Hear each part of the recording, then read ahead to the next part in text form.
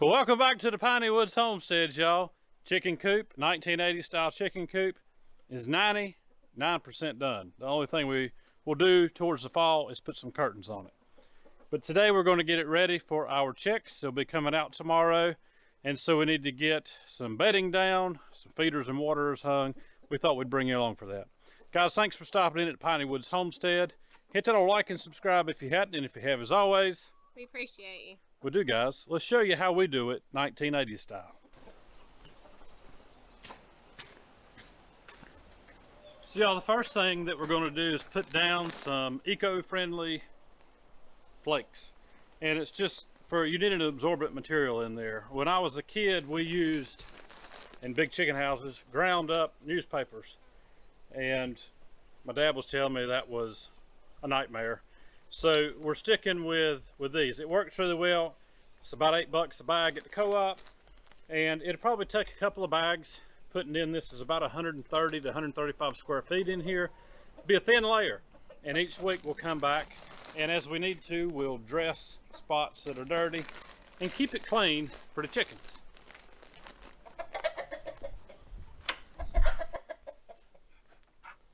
Hush, rooster. All right, we'll try not to hit my head. I was gonna say, let's see how many times you hit your head. It'll start down here, this end.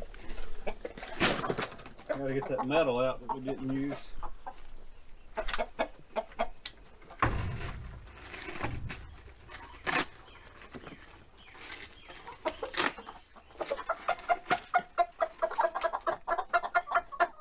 These flakes are a little bit different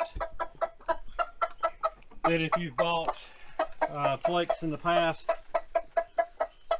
It is wood waste that's being kiln dried. In other words, it's not just big flakes. There's some sticks and stuff like that in there too. You can see real thin pulp from wood.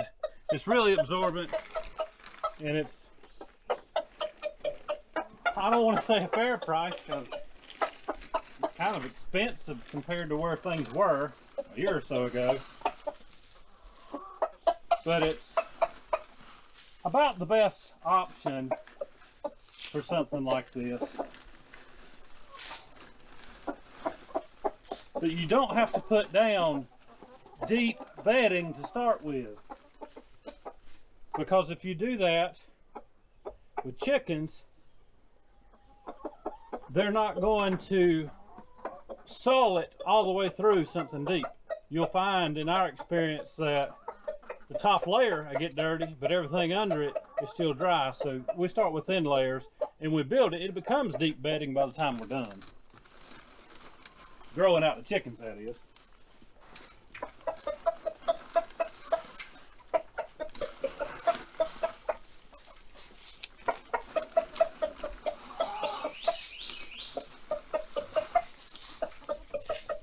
What I would love is if we had a chipper for the tractor. We could chip up all our pine tops, let them dry under a shed, and use them for stuff like this. Maybe one day.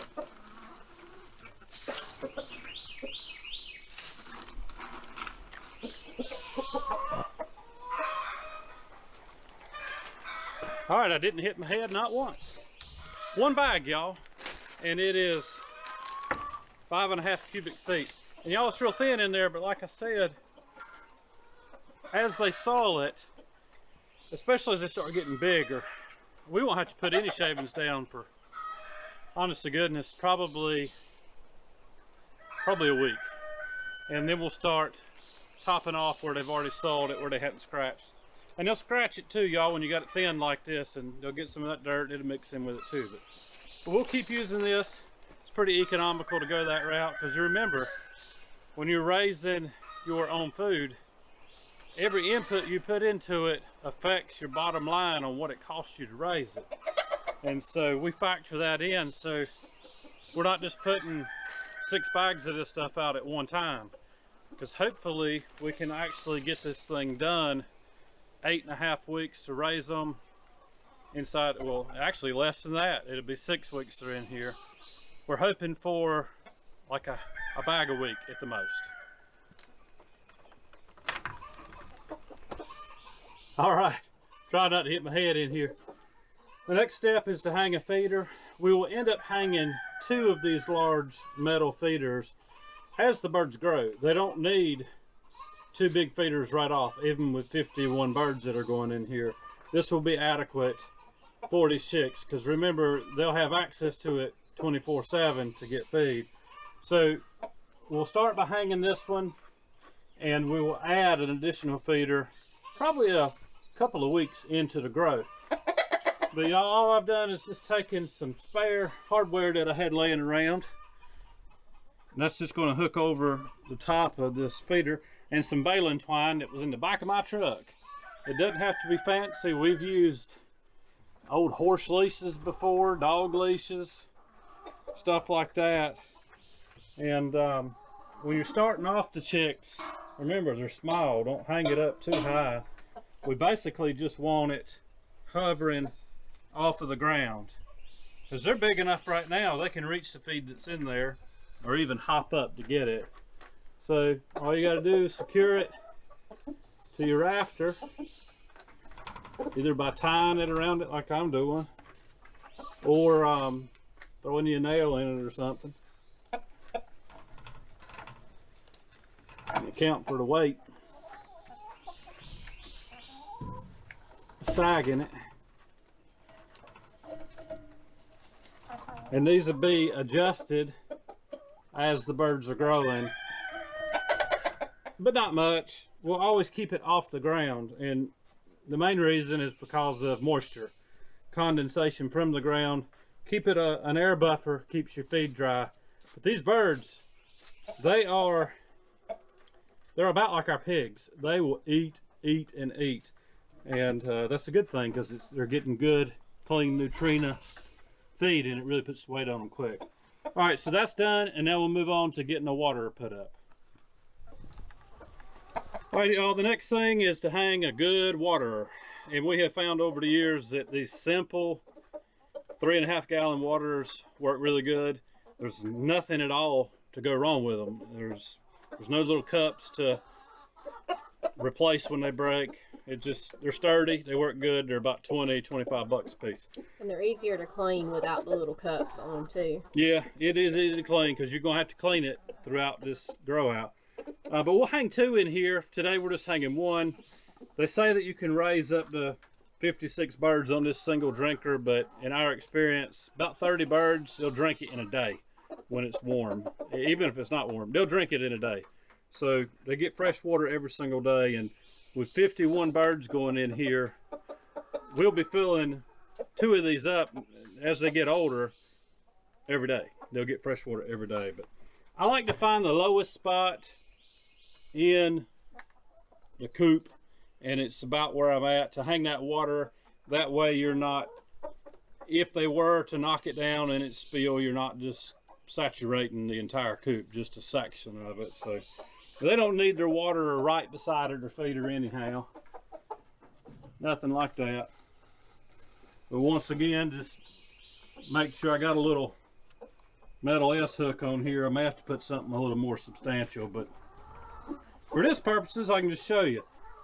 It's going to hang just like the feeder, just off of the ground, so that it's not just sitting on the ground and unlevel where the water can spill out. So that's how you set up a water. It's extremely simple, y'all. The hardest part about raising chickens, in my opinion, at least somebody have another opinion, is processing. Because it's a big animal at that point. It's an all-day event, or several days, depending on how many you're going to butcher at once. That's really the hardest, is the processing. But we've been doing it for so long that we've got a pretty good system, and it goes pretty quick for us. But that's pretty simple. Feeder, a water, and some shavings. A roof over them to keep them dry. Plenty of predator protection. And company.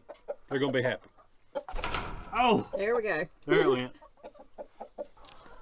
So y'all, pretty simple at setting up a coop. We want to see if we can show you our little bitty, itty bitty little bitty. Let's see if she's in there. Oh, Mean Girls up front. Mean Girls up front. Yeah. You'll have to hold it up. She ain't gonna jump out. Well, I know. We'll turn the camera around and see if we can show y'all a new bitty.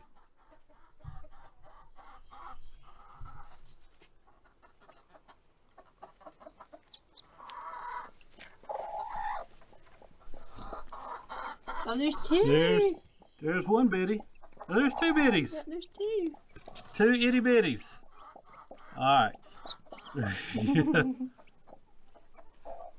And then this one. This chicken, She wants to be a mama. she wants, but she's mean. She's a mean chicken. That's that Delaware in her.